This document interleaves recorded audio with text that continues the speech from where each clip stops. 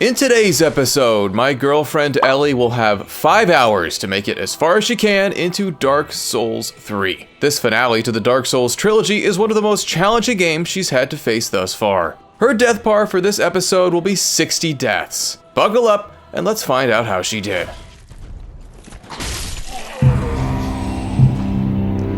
Okay. Back to From Software. How do you feel about tackling a new one? Well, if this one's more like Bloodborne, I think I'll like it more. For sure. But, ooh, I'm gonna run over his body. That's right, we're back to From Software. It's been a while since we've tackled one of their games. In fact, Dark Souls 1 and Bloodborne composed the first 2 episodes of this show. You know, the good old days, before we had live commentary and a bunch of people thought I was pretending to have a girlfriend. I miss those days. But enough reminiscing, it's time to return to present day as Ellie began exploring DS3's introductory area, the Cemetery of Ash. Oh, so just one of those will take him out? Right now, that was not a critical hit that you didn't do it, but... Well, I knocked this boy out into the splits, so... that looks pretty critical to me. Almost immediately, Ellie picked up the basics. It was clear that she still had some muscle memory from the 10 hours she's already put into From games. Despite that, being back in one of these games was quite intimidating for her. We spent a lot of time in 2D for recent episodes, so being back in the third dimension was a little discombobulating. She was struggling to remember some of the control inputs, but soon enough, she'd found her first bonfire. They're not gonna all be this easy to kill, which is a major bummer. This is so fun. I wish the whole game was like this. One-hit wonders. Wouldn't that be awesome? Yeah, that sure would be. After a little more exploration, Ellie found herself in the first boss, Ayudex Gundur. I'm not sure if I'm pronouncing that correctly, but there you go. Right. Was expecting that, I guess. Was expecting that. She really screamed. She did. Forgot you were a woman. I didn't have... Whoa. That's what she did. That was disturbing. It's interesting to see how each From intro differs. Dark Souls 3 is structured similarly to the first game in the series, with a short tutorial area that culminates in an introductory boss fight. Obviously, this fight is far from the hardest the game has to offer, but for ostensibly being a tutorial boss, this guy puts up quite a fight. It was more clear now that Ellie had forgotten some key mechanics, like targeting for example. This was a mechanic that she didn't like to use in the past, but she did start to adopt it throughout her time playing Bloodborne. How's he walking like that? I don't know. Without targeting, Ellie was struggling to even hit the boss. Maybe some people play without locking on, but in my estimation, it's essential for being able to effectively fight. I mean, I know I've not locked on yet, but... Any particular reason why you haven't done that? it doesn't feel natural. She was starting to target again, but another huge component that was missing from her playstyle was evasion. While she did start to lock on in our past episodes, she never adopted rolling, as many noted in the comments. Again, this is likely personal preference, but I constantly roll. Since she wasn't using her shield, rolling would be vital, but I wanted to give her some more time to feel things out on her own. This boss moves like the wind, able to cover huge chunks of the arena in a single jump. He doesn't take many hits to fell, but so too can he kill you quickly if you're not careful. Her scream is awful. That's awful to hear. This is a tough start. It's a tough start, but I have faith. Okay, we're halfway through the first hour now. If you want some guidance, I'm happy to provide it. If you don't want that, then obviously I won't impose that upon you. In the earlier episodes, I didn't provide Ellie with any advice whatsoever, but as this series has progressed, we found that some tips not only help Ellie, but make the videos better too. Well, this was deeply disturbing to look at. I won't lie to you. This is deeply disturbing. I don't know what just happened, and I can't even process what just happened. We've come so far at this point.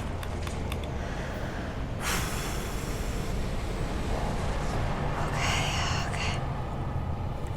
That was crazy. Ellie triumphed, but I couldn't help but feel like luck played too big of a role in her victory. Ultimately, a win's a win, but I wanted to continue helping her hone her approach to combat as the hours progressed. For now though, it was time to move on and see what else was in store. Progressing past this boss arena led us to the Firelink Shrine, Dark Souls 3's hub of safety, akin to Hunter's Dream in Bloodborne. I just have Michael Jackson songs stuck in my head right now. Why does this game remind me of Michael Jackson? What is it now?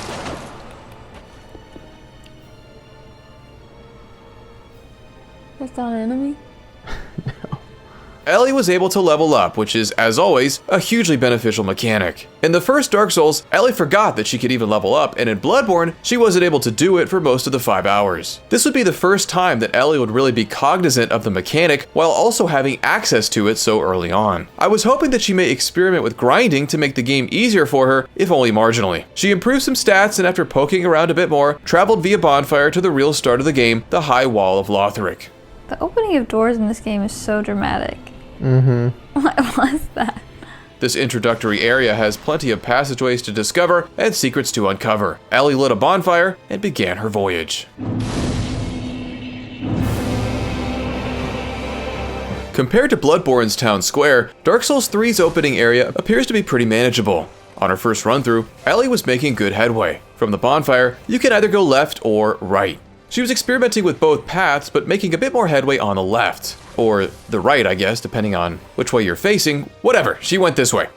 God dang. God dang. Haven't died that much though. I'm just gonna say that you aren't using the shield at all. I'm not. I would not even bother with the shield. I don't know why you just did that. Does that make you thirsty? No, it starts making me press buttons. You brought up the shield, so I was trying to press buttons to use it, and I hit the wrong goddamn button. I'm pissed off. Just rest at the bonfire. I am! I'm just pissed. That's gonna be my fatal flaw. It's using that. But I don't understand, why does a shield make you thirsty? Because it does not make me thirsty. I meant I started pressing buttons. I know. Because you were like, I know. use your shield. So let me take a drink. Yes! What made Bloodborne's opening hours so difficult is that it would throw enemies at the player in such massive quantities. So far, Dark Souls 3 seemed inclined to dole them out in more measured fashion, which was making it easier for Ellie to take on. By and large, she could handle a single enemy most of the time, unless she got stuck in a string of attacks. She reclaimed her souls, but was soon interrupted by a new pal. Oh my... Oh! Oh! Oh my god. Nothing like a dragon to make you turn around and run in a different direction. Now, it's possible to just run past the dragon and avoid the fire breath, but Ellie seemed to assume that a fight was necessary to proceed. She ran back up and found a new path, but this one featured more plentiful combatants, including one that was throwing some kind of firebomb at her. The enemies overwhelmed her, so we were back at square one. Back at the dragon, she killed these enemies again, but the fire continued to scare her off. She was accumulating a decent number of souls, but for now, she wasn't using them to level up. We seemed to be falling into a little bit of a rut, but again, Ellie was handling the enemies well, so I figured we wouldn't be stuck for very long. After another brief trip to the dragon, Ellie decided to run all the way back to the bonfire and try the other path. This side featured some four-legged enemies that reminded me a lot of Bloodborne. Still, they were no problem. There were also some taller guys though, which were a lot more dangerous. Ooh, they can hit hard, whoa. They can get ya. Wow, that was crazy. Still, she made it on through and up to higher ground. She killed an enemy that, if not eliminated quickly enough, becomes significantly more difficult to take out. But of course, she couldn't know that at this point. I was curious if she'd pull that off next time, assuming there was a next time. She was still alive, but wasn't sure where to go. She almost died back at that cluster of enemies and took the final swig of her Estus flask. This is one big concept that, we haven't really discussed so much while making one of these, but I mean, generally speaking, you haven't utilized leveling up in these games at all. Don't forget about the fact that every time you kill an enemy, you're getting experience points in the form of souls. Obviously, leveling up isn't a cheat code, the game will still be difficult, but as I'm sure most of you know, improving your stats is hugely important for making one of these games more manageable. Whenever I play a From game, I always focus on leveling. Some people may find that that makes the game too easy, but I enjoy the process of grinding enough to make myself more formidable, and I felt like Ellie would appreciate that too. She leveled up her health and strength and headed back for more. Hopefully, this little exchange would encourage her to level up more in the future. Well, that was just not fair. I don't even know how I died just then. It's time we really discuss your approach to combat. I don't feel I'm doing anything wrong. Baby girl, you're doing some things wrong. What am I doing wrong? You are very offensive to a degree that is getting you hurt a lot. When you see an enemy, you're just running for the enemy and hitting it as quickly as you can, which makes sense. That's one's natural inclination, but Why would I not do that? because by not doing that, you give the enemy a chance to attack you first and miss. Again, I'm always going to draw a hard line at explicitly telling Ellie what to do in this series. A lot of the fun would be extracted if I just tell her where to go or what she's missing, but when it comes to helping her understand the mechanics of a game, I think everyone wins if I provide her with just a little bit of direction. You've likely heard the old adage, practice makes perfect. But my middle school band teacher used to say practice makes permanent, and that always stuck with me. If you practice something the wrong way, you're only going to get better at doing it incorrectly. I wanted to make sure Ellie's practice was worthwhile and not leading her in the wrong direction. Shout out to Dr. Jackson. He played a mean trumpet. So this guy's gonna run up to you, I assume, and he's gonna try to hit you. So as he's coming in and kind of, you're gonna want to roll to, there you go. I really wanted to emphasize the importance of rolling. Even if it didn't feel natural, I encouraged Ellie to keep doing it until it started to feel more comfortable. By just running and attacking, she greatly increased the amount of luck she needed to survive encounters. By refining her approach to combat and incorporating evasion, she would take luck out of the equation more and more. Of course, this was going to take practice, but seeing Ellie begin to roll was extremely encouraging. I knew she would get this down over time, and if she could, the sky was the limit. After some more practice, Ellie did another great thing. She went back to level up. This was the first time that she'd ever just done this of her own volition in any From Software game. This is big, people. She could only afford to level up once, but that was a lot better than nothing. It's progress. That really overwhelmed me. It was not something I saw coming. There we go. This time, she wasn't quick enough to kill this guy, so he was able to morph into his final form. Clearly, he's significantly more imposing and difficult to kill now, and was a bit too much for Ellie, even on a second attempt. She didn't seem to remember that she could avoid this by killing him quickly enough, so she decided to head back towards the dragon. This time, she was feeling gutsy.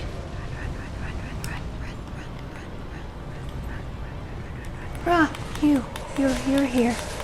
Wherever you are. Just like that, Ellie had found a new area to explore. No.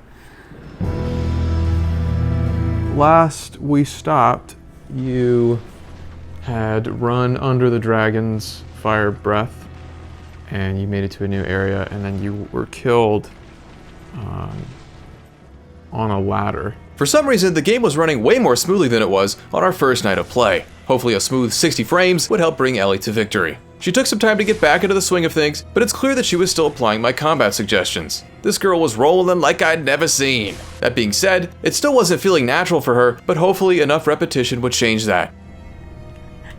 Wow. I made it worse. Yeah, you did. He's all shaky. Oh, he's getting pissed at a chair. You see that? He is fighting a chair right now. Ellie was finding herself discouraged from continuing to explore if she used too much Estus too quickly. Once you attempt a section enough, it starts to feel like you need to play the early segment perfectly. Given how far Ellie needed to go before reaching a bonfire, she would psych herself out if she had to heal too much. She was at a point where she could pretty much always get under the dragon, but this big knight fella was becoming a point of issue. As sometimes happens, she was able to kill him with no problem the first time she encountered him, but such consistency isn't feasible, as he may be the hardest enemy she's encountered thus far. Oh, he don't even see me.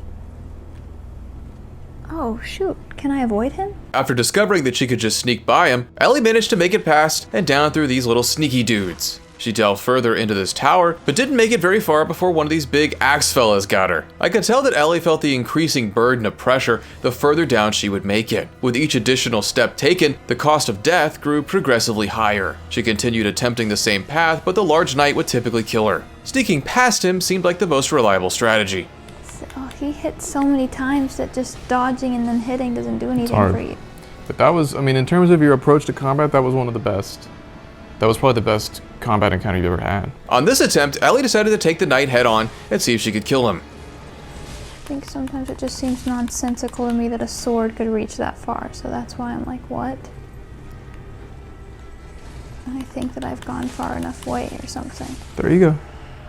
The knight was dead, but Ellie was reaching that point of frustration that no victory felt very satisfying. She died shortly after this moment, reinforcing the notion that no victory really matters when you're just gonna die a few seconds later. It's completely understandable. Souls games can make you feel like nothing other than a dead boss or lit bonfire is meaningful progress. That isn't the case though, as every soul accrued can be used to improve your stats, but ultimately, each combat encounter hones your skills just a little bit more. Death isn't failure, discontinuation is.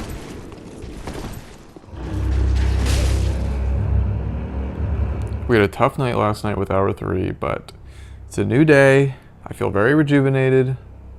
And... Why are you lying? What? Why are you lying? Lying about what? We had a tough night last night. Yeah, Hour 3 was last night. Totally different day. And I feel great now. Why wear the same clothes? I just like this outfit. Okay, it wasn't quite a new day, but it was a new hour, and I felt confidently that we could turn the page. I just need a pep talk. I need a reset pep talk. Walk me through it. I'm doing well. Okay. Tell me I shouldn't want to die and give up forever. And I hate that. That's my least favorite part, is that. Bombs being thrown at me or that shit. Like, what the is that even? I completely understand how she felt. Again, it feels like no progress is being made, and I think that's the most brutal element of a Souls-like. Sure, that boss is terrifying and that one enemy is a massive pain, but it's the pernicious sense that you're running in place that I imagine makes most people bail before they ever get past the first area. Didn't get hit a single time. My butt was clenched the whole time. That's very natural. Ellie managed to eliminate the axe wielder that killed her last time, but seemed to have arrived at a dead end. She headed back up to where she died at the end of Hour 2. This time, she made it past the ladder and onto these rooftops. Unfortunately, the rooftops held another one of those transforming guys. I'm not sure what the lore is with them, but they kinda suck. It made Ellie not want to go back there, but I encouraged her to explore locations even if they seemed dangerous or impassable. At this point, we were mostly running into perceived dead ends, so the rooftop seemed like a place that might be worth investigating at least one more time. That. It. That was a little rough, but the third time was gonna be the charm. You almost had him. Did not. Yeah, you did. But moot point now. Alright, we'd made it past and down into a whole new area. I knew I should be scared. I knew. Oh no. No. No. Oh no. Oh no. Oh no. Oh. Oh. Oh. Oh. Oh my god. Without question, the panic overtook Ellie there. It was so thrilling to finally reach a new space to explore that she was desperate to find a bonfire and eliminate the need to repeat all that she'd been through. She started running around, which is a valid approach to the game, but generally probably not going to go so well. She was getting a lot better at getting through this segment though, so on her very next attempt, she made it back down again. Alright, now see, this last time you turned and ran, but now. Well, because this is a lot. This is a lot of guys. There we go. Ellie climbed down a tall ladder deeper into this castle. This place looked pretty foreboding and was occupied by a really big fella. Get away, keep rolling, get away. I'm trying, he won't go. With each attempt, we were making it a little bit farther. We were past the big boy and into what's probably the most expansive area we've encountered so far. There are multiple paths to take here, and Ellie opted to head down. Down she went, with no enemy issues. We'd arrived at a big old door. Uh-oh. Well, I'm gonna die, but at least I could say I found something. Ellie had found another boss, Vord. Vord? I don't know. Beyond looking very strange, this boss can cover huge swaths of the area at once and has a massive reach with its swing attack. Despite that, Ellie was doing really well and was dodging effectively. It seemed like you could avoid a lot of damage by staying right underneath him. Yes, she had died, but she was over halfway to victory. She made it back down into the castle, slaying this group of enemies, but given that she'd already used her Estus flasks, she opted to just explore the upper level. There was another knight, this one with a big shield, so Ellie planned to just run around him. After an incredibly tight battle, Ellie emerged victorious, but was out of flasks and extremely low on health. Suspecting she may be close to a bonfire, she was incredibly hesitant. One hit would do her in. She found a room with a myriad of enemies and decided to run through it in the hopes that relative safety would await on the other side. Oh my god. Where are bonfires? Death will greet me like an old friend. Yeah, I knew that would happen.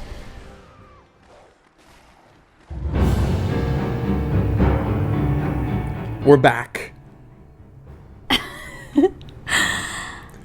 This time, it really was a new day. Ellie had taken 3 days off, so she was genuinely refreshed and ready to jump back in. Of course, the downside of a break is getting back into the groove of what you were doing before. She wanted to go back to the boss, but as we settled in, Ellie's priority just became finding another bonfire. Of course, the challenge is that she didn't even know if there was a bonfire before the boss. Spoiler alert, there is, and Ellie had been close to it countless times, but she'd never quite gotten there. As we'd arrived at the final hour, I was beginning to doubt the bonfire would be discovered, but if I've learned one thing while making this series, is that you never know what to expect. Swinging. I've had that. Oh, I am in a full-blown sweat. I'm in a sweat. Out of nowhere, Ellie decided to examine her equipment, which was full of weapons that she'd picked up throughout her playtime. To her pleasant surprise, she had an axe. Now, hold on. I didn't even know I picked that up. You did, yeah. Ah, are you kidding? She really enjoyed using an axe in Dark Souls 1, so she opted for the same approach here. It didn't really seem to be affecting her performance that much, but she stuck with it regardless. Did I come in from that door right there? Well, why don't you go see? Haven't I been up here?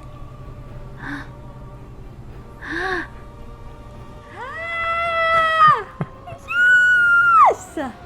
Wow. Oh my god. Wow. Was Oh, that feels was so clenched. good. That feels so good. Oh my god. Wow. She had done it. Bonfire acquired. I cannot believe she happened to notice that doorway after all this time. Thankfully, she did, and was feeling on top of the world because of it. Discovering a bonfire is one of the few irrefutable signs of progress in Dark Souls. No matter how many times you die, nobody can take away that bonfire. Ellie had now massively reduced the distance between her and Vord, which meant that it was time to bring that bad boy into her sights. She was having trouble getting past this group of enemies guarding the ladder, but she was in such a good mood thanks to her recent progress that it didn't really matter. So is this really where the boss is? Am I going the wrong way? Yes. It's all coming back to me now. We jumped back into another fight with Vord. Okay. all right. Okay. 0 hits in. 0 hits. Not your best attempt. Okay, bit of a rough start, but now Ellie knew where he was and was ready to take him down. All she needed to do was keep plugging away, and I knew she'd get it. The problem is that this was hour 5, and she was running out of time. Her next attempt reaffirmed the importance of staying close to him. As soon as you back away, you open yourself up to basically all of his attacks. As long as you're close, you're pretty safe, but of course, he makes doing so quite difficult. Like, this is just a pointless feeling, you know? Like, what the f was that? Someone hit me from out there? That's not fair. Ellie was doing well, but she was becoming increasingly stressed by her time constraints. It was beginning to look like she may only have time for one more attempt. Any parting Dark Souls 3 thoughts? I feel better with it because I feel like I have combat skills down that I didn't have before. So that's made me enjoy it more, probably. I personally don't see any difference in this compared to the other, like the first one and Bloodborne. I mean, I like Bloodborne the best still. If she could pull this off, it would go down in the history books.